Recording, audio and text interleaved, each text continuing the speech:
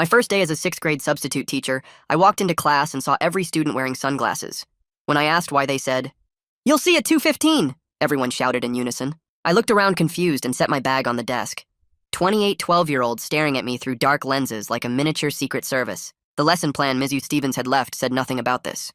I tried to shake it off and started taking attendance, but all the kids were staring into space as if they couldn't see me. The girls were bouncing their heads like bobbleheads while the guys were reaching for the air like they had beef with oxygen. "Okay, seriously, what's going on with the eyewear?" I asked again, trying to sound like the cool substitute. Nobody answered. They just continued their conversations like I hadn't said anything. What stuck out most was the one kid without glasses. This kid Claxton in the middle row just sat there looking down at his desk. Why was he the only one without them? During my prep period, I found another teacher in the lounge. "Hey, quick question. Why are all the kids in room 203 wearing sunglasses?" "Well, all except one." Mrs. Creamer suddenly became very interested in stirring her coffee. "Oh, that's just a thing they do." "But why, though? And why doesn't Claxton have any?" She grabbed her mug and headed for the door. "Go to the principal about it. I have copies to make." So I did. "Mr. Williams, the kids in my class are all wearing sunglasses except for Claxton, and no one will tell me why." He checked his watch. Well, as long as they're not disrupting learning, I don't see a problem. But if it bothers you, ask the janitors. He cleans that room more than any other." Then he practically jogged away, saying something about a parent phone call he had to take. At lunch, I was refilling my water bottle when the janitor appeared next to me. This older guy named Fonan, who'd probably been here since the school was built. "You're the sub in 203, right?" he said, without me even having to ask him a word about it. "Yeah. Just prepare yourself for 2:15. And if the nurse tells you to do something, do what she says." I almost face-palmed. "Prepare myself for what? What are you talking about? And why is Claxton the only kid without sunglasses?" But he was already wheeling his cart away down the hall. After lunch, the school nurse knocked on my classroom door. "Thought you might need these." She pressed a pair of sunglasses into my hand. They were the exact kind all the kids in my class were wearing. "I don't understand what's happening. Should I give these to Claxton? He's the only one without any. And what's up with 2:15? "Nothing's up," she said quickly. "And those glasses are for you. Claxton doesn't need them." She was already walking away before I could ask why. I walked back into my class at 2 p.m., where the kids were sniggering and checking their smartwatches. 5 minutes later, my phone buzzed with a call from an unknown number. I stepped into the hallway to answer it. "Is this the substitute in room 203? The voice sounded tired. "Yes?" "This is Amanda Walsh. I was the substitute there last week. Listen, I know this is weird. But when 2:15 comes, just go with it, okay? Just put on the sunglasses and go with it. Can you please tell me what happens at 2:15? She paused for a second. "The kids figured something out that we adults never could. Claxton is the reason for this. Don't try to change it. Don't interfere with it. Just go with it." She hung up. I walked back into the classroom and looked at the clock. 2:12. The kids were getting fidgety. Some were adjusting their sunglasses. Claxton was still the only one without them. His hands were shaking as he pulled out index cards from his backpack. 2:13. Claxton stood up from his seat. He was skinny with curly hair that stuck up in weird places. His hands were already trembling as he walked to the front of the classroom with his index cards. Still no sunglasses. 2:14. The room was dead silent now. Claxton stood at the front looking at his cards. His face was red and I could see sweat beading on his forehead. Every other kid sat perfectly still behind their dark lenses. 2:15. Claxton looked up at the class and started talking. "My presentation is about the water cycle." His voice cracked on the word water. His whole body was shaking. "Water starts as precipitation which falls from clouds." That's when I understood it. Claxton was terrified of public speaking. Beyond a normal kid, nervous. Panic attack level fear. His eyes kept darting around, and every time they did, his voice got smaller and his shaking got worse. But he also couldn't see anyone's eyes. He couldn't see if they were laughing or judging. All he could see was a room full of dark lenses, and all of a sudden his voice was getting steadier. "This is called evaporation," he said. The more he talked, the more confident he became. It turns out that the kids had figured out that if Claxton couldn't see their eyes watching him, he could get through his presentations. I looked around at the other kids. Some had their heads tilted like they were listening. Others were probably not paying attention. But Claxton couldn't tell the difference. As far as he knew, every single person was locked onto his every word. This gave him the confidence to keep speaking. Before I knew it, he was even making jokes which got a few laughs. I looked down at the sunglasses the nurse had given me, then I put them on. But sadly, that was the biggest mistake I could have made. Suddenly, Claxton stopped speaking and turned to me. "I'm not a weird freak, okay?" He ran at me suddenly, as everyone took their sunglasses off. I stood frozen as Claxton ran past me and out the classroom door. His face was red and tears were streaming down his cheeks. The other students sat completely still with their sunglasses now off, staring at me like I had just done the worst thing possible. I pulled off the sunglasses the nurse had given me, and my hands were shaking as I looked down at them. I had broken something important that I didn't understand at all. The room stayed quiet except for a few kids shifting in their seats. Nobody would look directly at me. Index cards lay scattered on the floor where Claxton had been standing. The nurse appeared in the doorway within seconds, breathing hard like she had run from her office. She took one look at the empty space at the front of the room and the cards on the floor, then waved her hand for me to come into the hallway. The student stayed silent as I followed her out. Right before the door closed behind us, I heard Mikey say quietly to the class that everyone should just stay calm. In the hallway, the nurse kept her voice low but firm as she told me that Claxton was in her office right now, and he was safe but really upset. She explained that the sunglasses thing has one main rule that everyone except subs seems to know about. Adults never wear them because it makes Claxton feel like he's being made fun of or pitied. I felt my stomach twist as I understood that my attempt to show support had done exactly the opposite of what I wanted. She said the kids created this system to help him, and when adults join in, it stops being peer support and becomes something that makes him feel like a charity case or a freak. I asked if I could talk to him, and she shook her head. She said he needed space and that other people would handle this now. Jacinta Vega, the assistant principal, came down the hallway a few minutes later. She asked me to write down exactly what happened while it was still fresh in my mind. She was professional but not mean about it, explaining this wasn't about blaming me but about understanding what went wrong so they could help Claxton get better. I walked back into the classroom where students were working quietly on some assignment that someone must have given them. I sat down at Missy Stevens' desk and started writing the report about what I had done. The room stayed quiet the whole time I wrote. The final bell rang and students started packing up their stuff silently. Most of them wouldn't look at me as they filed out. Faye Coleman stopped at the door and said quietly that they knew I didn't mean to hurt him, but I should have asked them first. Her words stung because she was completely right. I had just assumed I understood without asking the people who actually knew what was going on. She left, and I sat there alone in the empty classroom for a few minutes. I finished writing the report and took it to the main office. The sub-coordinator read it quickly and then told me my assignment for tomorrow was in a different wing of the building. There was no judgment in her voice, just the reality that I needed to be away from room 203 while things calmed down. I asked if I could leave a note for Claxton, and she suggested that any talking to him should go through the counselor first. She gave me a card with the counselor's name and office number on it. That evening at home, I searched online for stuff about social anxiety in kids and fears about presenting in front of people. I read about how helping kids get over fears needs to happen slowly and in controlled ways. I learned that adults who mean well often make things worse by forcing kids to do the scary thing to build confidence, or by drawing too much attention to the fear. Everything I read made me feel worse about what I had done that afternoon. The articles talked about how kids with severe anxiety can have panic attacks that include throwing up and shaking and feeling like they can't breathe. One article mentioned that some kids develop such strong fear responses that they avoid school entirely. I kept thinking about Claxton's red face and the tears and how he ran out of that room. I opened a document to write an apology note to Claxton, but I deleted it after a few paragraphs. I tried again and deleted that version too. The third time I realized each version was making it about my feelings instead of his experience. I finally wrote something simple that said I made a mistake and broke a rule I should have learned about first. I saved it to show the counselor before deciding if I should actually send it to him. The next morning, I got to the school early and found Daniela Murphy's office using the card the sub-coordinator gave me. She was already sitting at her desk with a coffee and a big stack of folders in front of her. She looked up when I knocked and told me to come in. I showed her the note I had written and she read it slowly and carefully. When she finished, she said we should probably talk about what happens next before I send anything to Claxton. Daniela explained that Claxton has paperwork showing he has severe social anxiety that shows up mostly around public speaking and doing things in front of other people. The school has been working on getting him something called a 504 plan that would give him official help and changes to how he does assignments. But she said the process moves really slowly with all the meetings and forms that need to happen. In the meantime, the students had created their own way to help him. She told me she appreciated that I wanted to say sorry, but Claxton needed space right now and might not be ready to hear from me yet. She said sometimes the best thing adults can do is step back and let kids process things in their own time. I leaned forward in my chair and asked Daniela what I should have done differently. She pulled out a notepad and walked me through each missed opportunity. First, I could have asked the students directly about their classroom rules on day one instead of assuming everything would be obvious. Second, I should have checked with her office about any student needs or supports before I even started. Third, and most important, I shouldn't have assumed that joining in would help without asking someone first. She wasn't mean about it. She just laid out how each choice I made led to what happened with Claxton.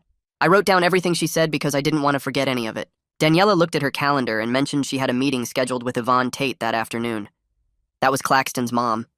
She asked if I would be willing to come to the meeting and face her directly. I said yes right away. I knew I needed to own up to what I did in person. Daniela warned me that Yvonne was really protective of Claxton and frustrated that the school hadn't set up official help sooner. She said the meeting might get tense. I told her I understood and I'd be there. The sub-coordinator sent me to a different classroom for the rest of the day. It was a 5th grade class working on a science project about plants.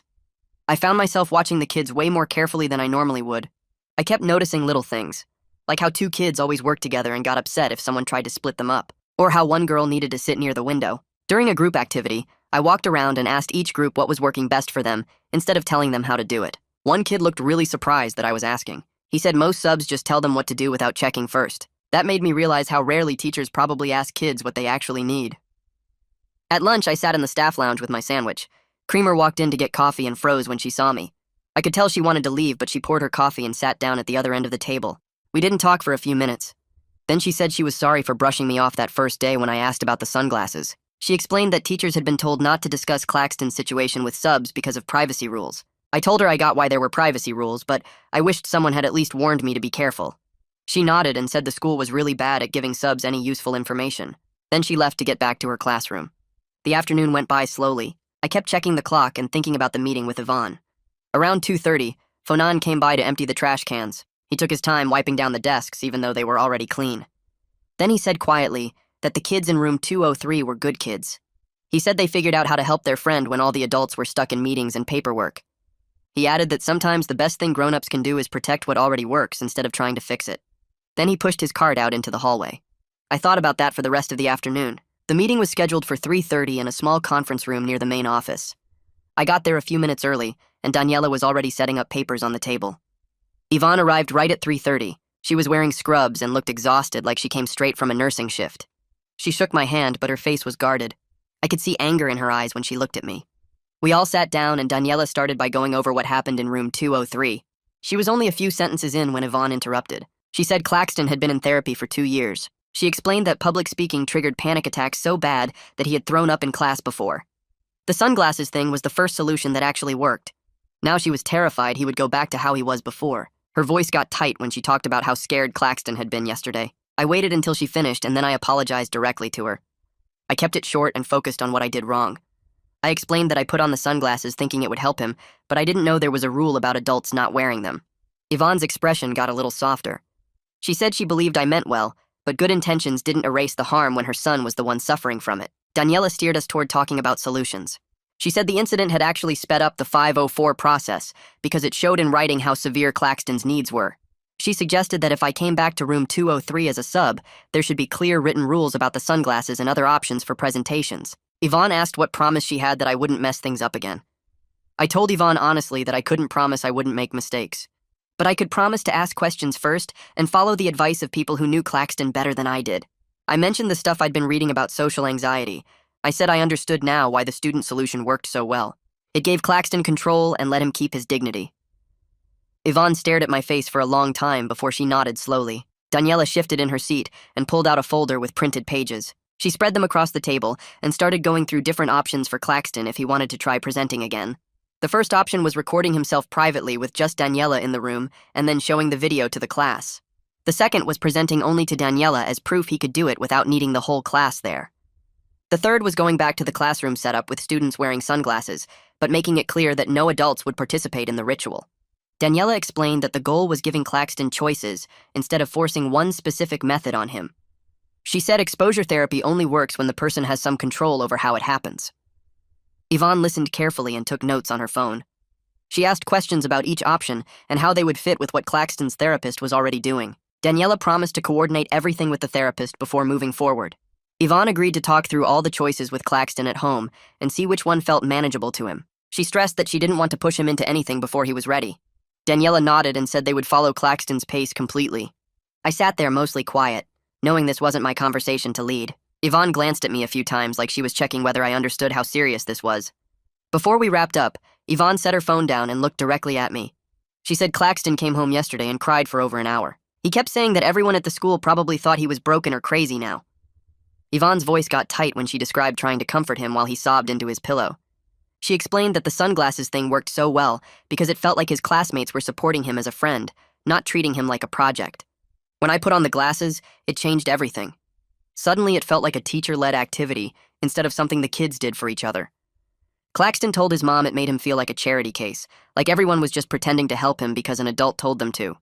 Yvonne said those exact words hit her hard because Claxton rarely opened up about his feelings that clearly. I felt my chest get heavy listening to her describe his breakdown. The difference between support and spotlight suddenly made complete sense. Support meant his friends had his back.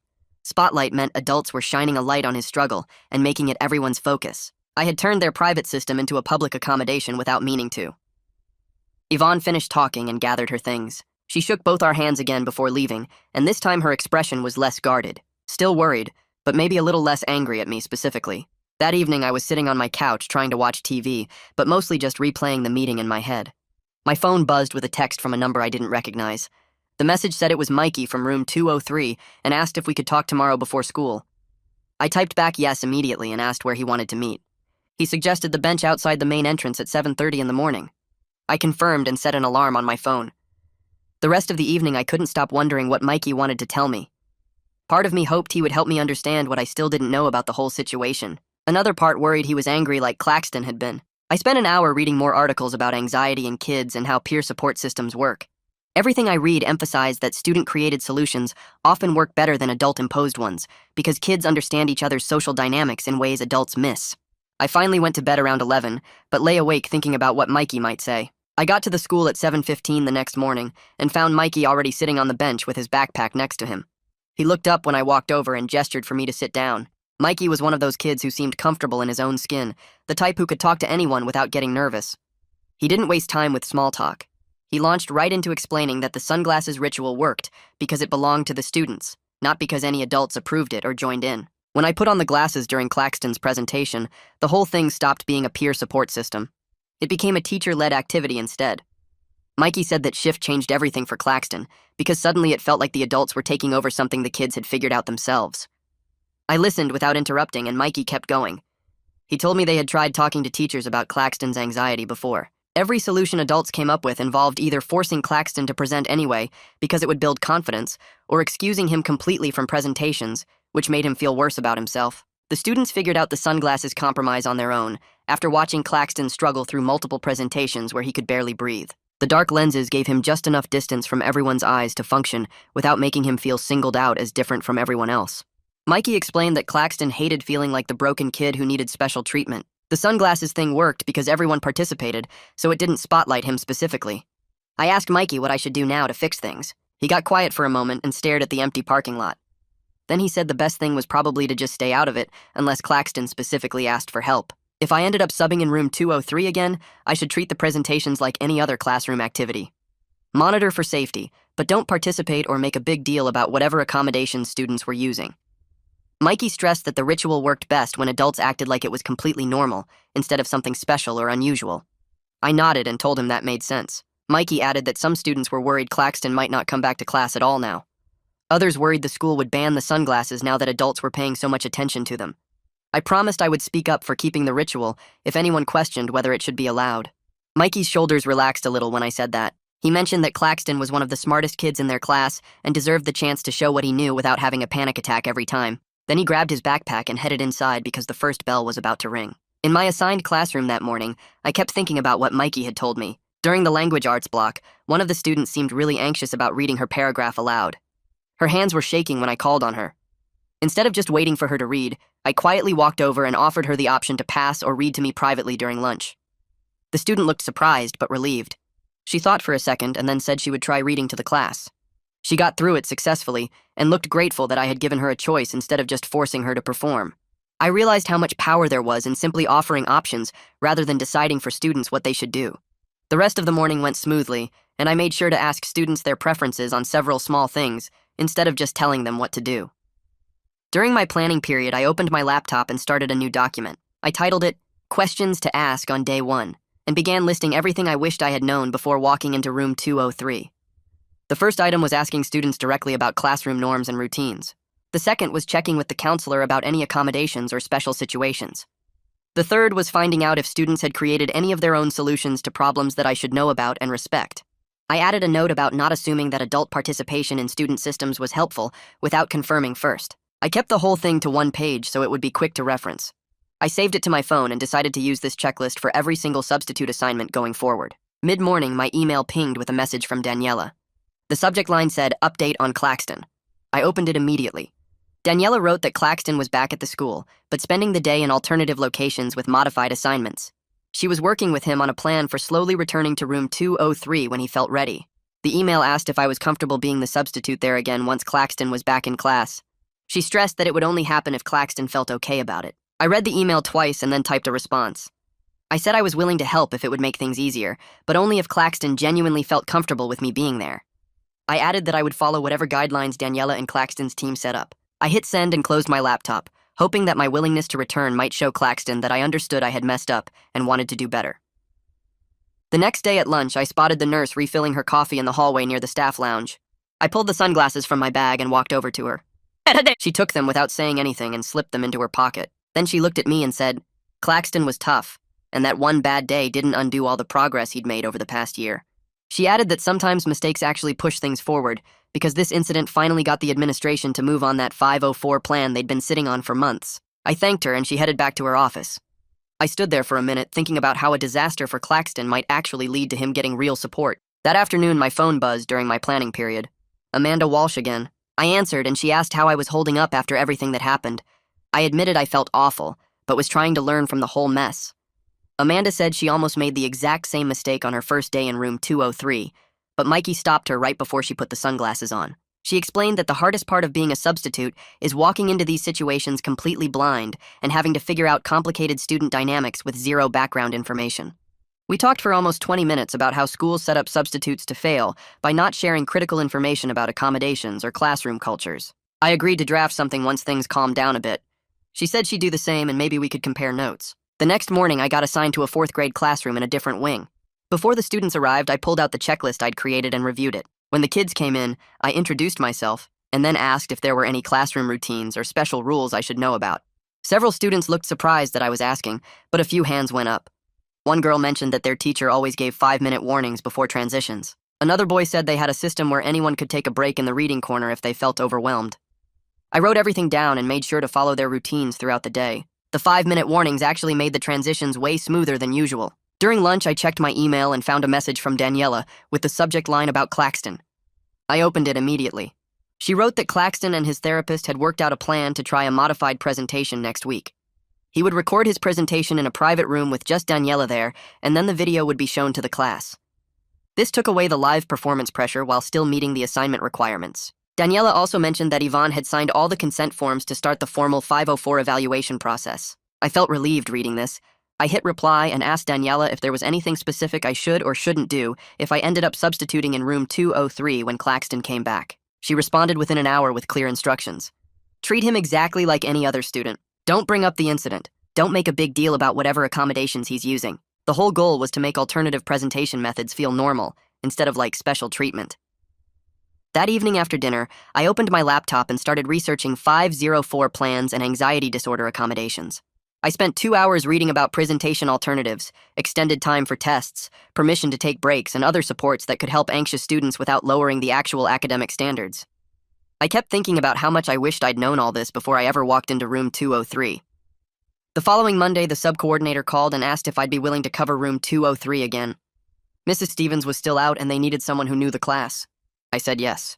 When I arrived that morning, students filtered in, and I noticed sunglasses sitting on several desks, but nobody was wearing them yet. Claxton wasn't there, which I'd expected based on Daniela's email about him recording separately. The atmosphere felt careful, but not angry. Faye walked past my desk and gave me a small nod that felt like maybe things could be okay. During the morning announcements, I stood up and addressed the class. I kept it short and direct. I said I'd made a mistake last week by not asking about the classroom rules before jumping in, and I thanked them for the system they'd created to support each other. I promised to follow their lead instead of assuming I knew what was best. Several students looked relieved, and Mikey gave me a quick thumbs up from his seat. The morning went smoothly with regular classwork and a math lesson. Around 2 o'clock, students started pulling out their sunglasses and setting them on their desks. By 2:10, everyone had them on.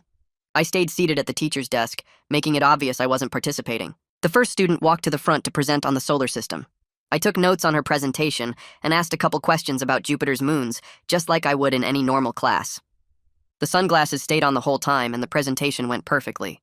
The final bell rang about 10 minutes later, and students started packing up their things. I stayed at the desk organizing the presentation schedule and making notes about who still needed to present. Most kids filed out quickly, but Mikey hung back near his desk like he was waiting for something. Once the room cleared except for him, he walked up to my desk and pulled a folded piece of paper from his backpack. He set it down in front of me and said it was from the class. Before I could ask what he meant, he was already heading for the door with his bag over his shoulder. I picked up the paper and unfolded it carefully. The handwriting was neat and looked like maybe Faye had written it since she always had the best penmanship. The note said thanks for listening and that they knew I was trying. At the bottom, someone had added a PS that said Claxton was doing okay. I read it twice and felt something loosen in my chest that had been tight since the incident happened. I folded the note back up along the same creases and slipped it into my wallet behind my driver's license where I knew it would stay safe. That evening, after I got home and heated up some leftover pasta, my phone buzzed with an email from Daniela. The subject line said video link, and when I opened it, she explained she was sharing Claxton's recorded presentation because I would be showing it to the class tomorrow. She wanted me to preview it first, so I would know what to expect. I clicked the link and watched the video load on my laptop screen. Claxton appeared sitting at a desk in what looked like a small office or conference room. He had his index cards in front of him and the same nervous energy I remembered from that first day. But as the video played, I watched him get more comfortable with each sentence. His voice steadied and he started making eye contact with the camera. By the end, he was explaining evaporation and condensation like he was teaching a friend something cool he had just learned. His knowledge of the water cycle was actually really solid, and you could tell he had put serious work into understanding the material. The video was only about 5 minutes long, but it showed exactly what everyone had been trying to tell me. Claxton could do this when the live performance pressure was removed. I made a note in the gradebook to remind myself to add his score tomorrow after the class watched it. The next morning, I got to room 203 early and set up the projector. Students filtered in, and I noticed several of them glancing at the blank screen like they knew something was coming. When everyone was settled, I pulled up Claxton's video without making a big announcement about it. I just said we were going to watch his presentation on the water cycle and hit play. The room went quiet as Claxton appeared on screen. Students actually paid attention instead of zoning out like they sometimes did during presentations. A few kids took notes when he mentioned specific facts about precipitation and water vapor. When the video ended, there was a brief pause, and then Mikey started clapping. Other students joined in until most of the class was applauding. I added Claxton's grade to the roster right there in front of everyone and marked it the same way I had marked all the other presentation grades. No special comments or notes that would single it out as different. The message seemed pretty clear. Alternative methods counted just as much as standing up in front of the class. During lunch, I headed to the staff lounge to refill my water bottle and grab the sandwich I had left in the fridge. A man I had not met before walked up and introduced himself as Victor Montgomery. He said he was the school psychologist and part of Claxton's 504 team. He wanted to thank me for being willing to come back to room 203 and follow through on the accommodation plan. He mentioned that a lot of substitutes would have refused to return after what happened, but my willingness to learn from the mistake actually mattered. I told him I appreciated that and admitted I had made a lot of assumptions that first day. Victor nodded and said the current system sets everyone up for potential failure. Substitutes walk into complex situations with zero context, and students have needs that nobody bothers to explain. He said he planned to bring up improved substitute briefing procedures at the next administrative meeting. I pulled out my phone and showed him the checklist I had been working on. It had questions about classroom norms and accommodation needs and student-created solutions. Victor looked it over and said it was exactly the kind of thing that could help. He asked if I would be willing to share it with the administration, and I said absolutely. We talked for a few more minutes about how schools could better support both students with anxiety and the adults who work with them. Victor mentioned that formal accommodations were important, but so was respecting the informal systems that students create for themselves. The sunglasses ritual was a perfect example of kids figuring out a solution that worked better than anything the adults had proposed. That afternoon, Jacinta showed up at my classroom door right before the last period started. She said she was going to observe for the period if that was okay. I told her, of course, and she took a seat in the back corner with a clipboard. Students came in and got ready for presentations just like they had been doing all week. Around 2:10, the sunglasses came out and went on. I stayed at the teacher's desk, making it obvious I was not participating in the ritual. 3 students presented that period on topics ranging from the solar system to the food chain. Jacinta watched everything quietly and took notes on her clipboard. When the bell rang and students filed out, she walked up to my desk. She said she was impressed with how I had handled the recovery process. She mentioned that the way I respected the accommodation without making it weird showed real growth. She said she would be noting all of this in my substitute file. I thanked her and meant it because having that documentation felt important. The next morning during my planning period, another teacher knocked on my door and asked if I had seen the posts going around on social media. She showed me her phone where someone had screenshot a vague post about a substitute teacher who bullied a student with anxiety. The post did not name anyone specifically, but the details made it pretty clear it was about what happened in room 203. My first instinct was to pull out my phone and defend myself publicly. I wanted to explain what actually happened and how it was a mistake, not intentional harm, but instead I pulled up Daniela's contact and sent her a text asking how I should handle it. She responded within 20 minutes and said not to engage with social media speculation at all. She explained that student privacy laws prevented me from discussing specifics and that responding would probably make things worse anyway. She said she would address the situation by talking to student leaders about the importance of not spreading partial information about sensitive situations. I texted back that I would stay silent, even though it felt awful to let a false narrative sit there unchallenged. Daniela said she understood, but that protecting Claxton's privacy had to come first. The following day, Daniela pulled together a small group of student leaders, including Mikey, to talk about responsible social media use. She did not mention the specific post, but talked generally about how rumors can harm both students and adults. Mikey apparently told the group that the situation in 203 was resolved and people should stop talking about things they did not fully understand. By that afternoon, the post had quietly disappeared from the feeds I could see. Later that week, the sub-coordinator called and said she had a new assignment for me starting the following week at a different school across town. It meant my regular time in room 203 was ending since they had found a long-term substitute to cover for Mizzy Stevens. I felt this weird mix of relief and disappointment sitting in my car after that call. Relief because the whole situation had been stressful and emotionally draining, but also disappointment because I had finally started to get things right, and now I would not get to see how it continued. I decided I wanted to leave something useful behind for whoever came next, something that would help them avoid making the same mistakes I had made. On my last day in room 203, I arrived early and pulled out my laptop at the teacher's desk. I opened a blank document and started typing a guide for whoever came next. I kept it simple and direct, describing the sunglasses ritual without making it sound weird or complicated. I explained that students wear dark glasses during presentations to help a classmate who gets nervous speaking in front of others. I added in bold letters that adults should not wear the sunglasses because it breaks the system the kids created. I listed the alternative presentation options that were now available, like recording videos or presenting to small groups. I noted that Mikey and Faye were good resources if anyone had questions about how things worked. At the bottom, I wrote in all caps to ask students first before assuming anything about classroom rules. I printed 2 copies, one for the substitute folder and one for the cabinet where teachers kept important documents. I 3-hole punched them and slid them into the clear plastic sleeves at the front of the folder where they would be impossible to miss. Then I walked to the storage cabinet in the back corner and started gathering supplies. I found a pack of blank index cards in the supply closet down the hall and brought them back. I grabbed the small tripod I kept in my car for recording myself during practice interviews. I stopped by the teacher's lounge and took 6 water bottles from the fridge, leaving a $5 bill in the money jar. I arranged everything neatly on the middle shelf of the cabinet where students could reach it easily. I wrote labels on sticky notes and attached them to each item explaining what they were for. Index cards for presentation notes, tripod for video recordings, water bottles for anyone who needs a break. I stepped back and looked at the setup, making sure it looked helpful instead of controlling. Faye walked in early for class and noticed me organizing the supplies. She came over and looked at what I was doing, reading the labels I had written. She smiled and said that was actually helpful, which made me feel like maybe I was finally getting something right. I thanked her and told her the supplies were for everyone to use however they needed. She nodded and went to her desk without making it into a bigger conversation than it needed to be. Before the first bell rang, I sat down and wrote a note to Miss Stevens on the yellow legal pad from her desk drawer. I explained what happened with Claxton and the sunglasses ritual. I apologized for the trouble my mistake caused and described the new plan that Daniela had put together with different presentation options. I mentioned the guide I left in the substitute folder and the supplies in the cabinet. I told her that her students were amazing problem solvers who had figured out how to help their friend when adults were still stuck in meetings. I kept the note to 1 page because I did not want to overwhelm her when she came back from whatever family situation had kept her away. I folded the note and put it in a folder along with copies of my checklist and the classroom guide. I left everything in the center of her desk where she would see it immediately. The day went normally with students working on their assignments and nobody mentioning what had happened. When the final bell rang and students filed out, several of them said goodbye to me by name, which felt like a small sign that things were okay between us. I packed up my things and took one last look around room 203 before heading out.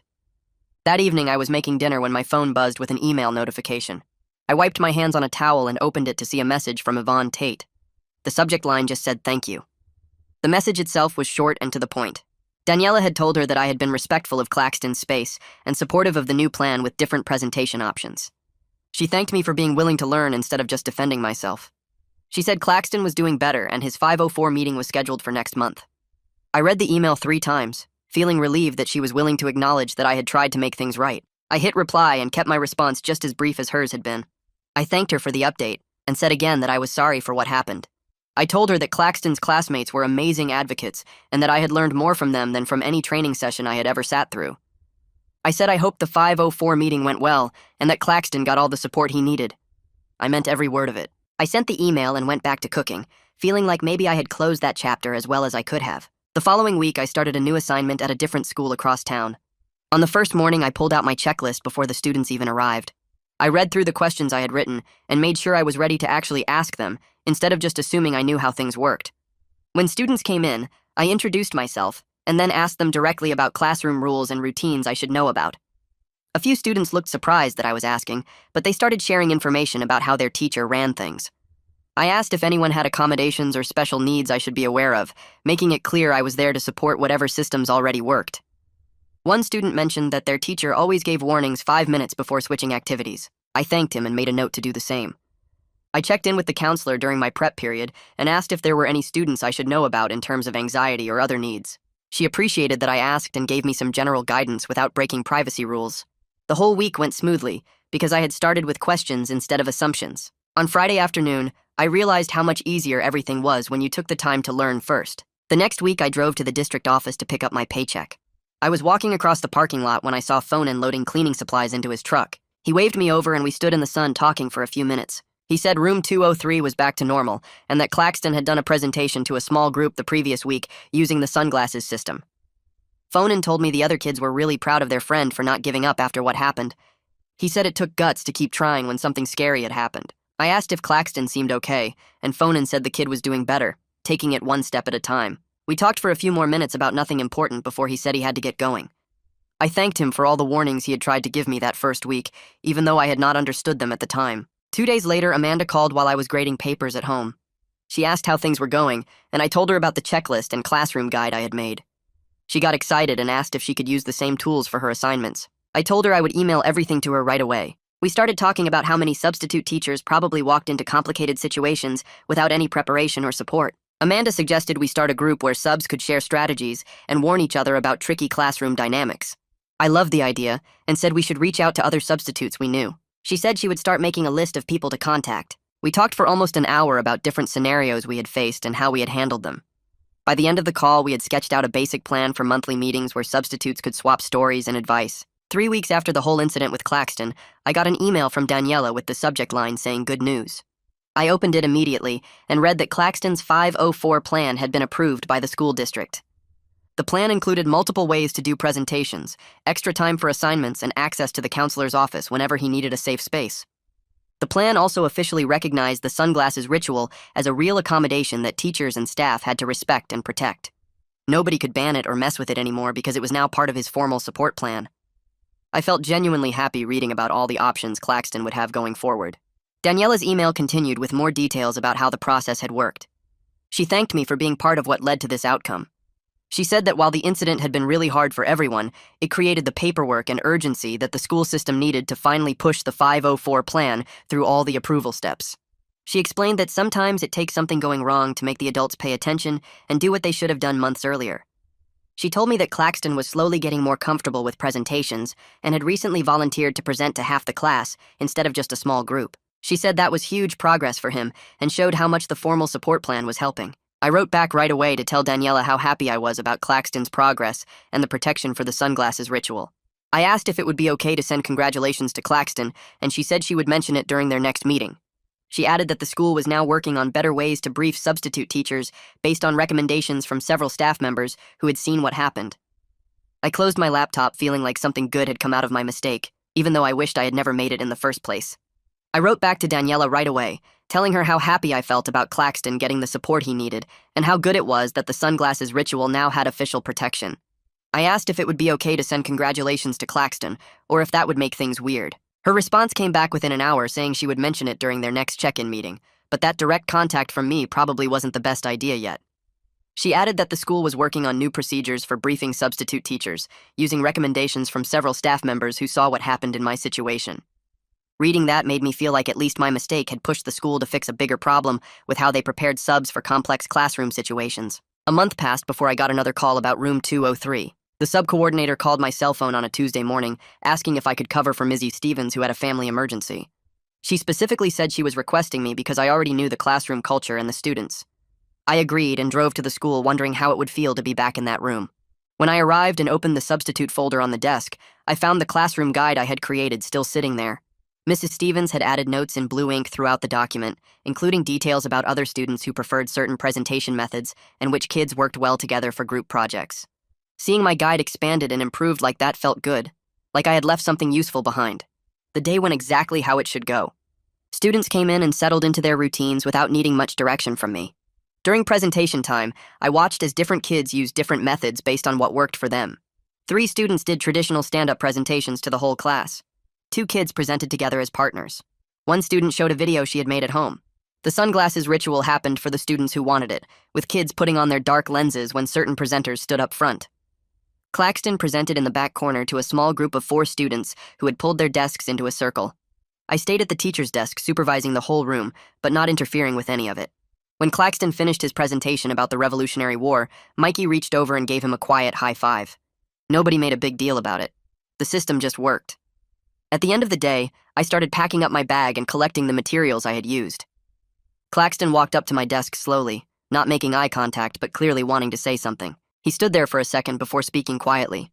"Thanks for not making it weird today." I looked at him and kept my response simple and normal. "You did a great job on your presentation. The Revolutionary War stuff was really interesting." He nodded once and walked away to grab his backpack. As I watched him leave with the other students, I understood that this boring, unremarkable interaction was exactly what success looked like. We had reached a point where accommodations were so normal that nobody had to make them into a big thing anymore. Claxton could present his way, other kids could present their way, and it was all just part of how the classroom worked. Well, that's the big finale nobody asked for, but you still got it. If you made it this far, either you're loyal or you have way too much free time. Either way, I respect it. Subscribe and let's keep making questionable choices together.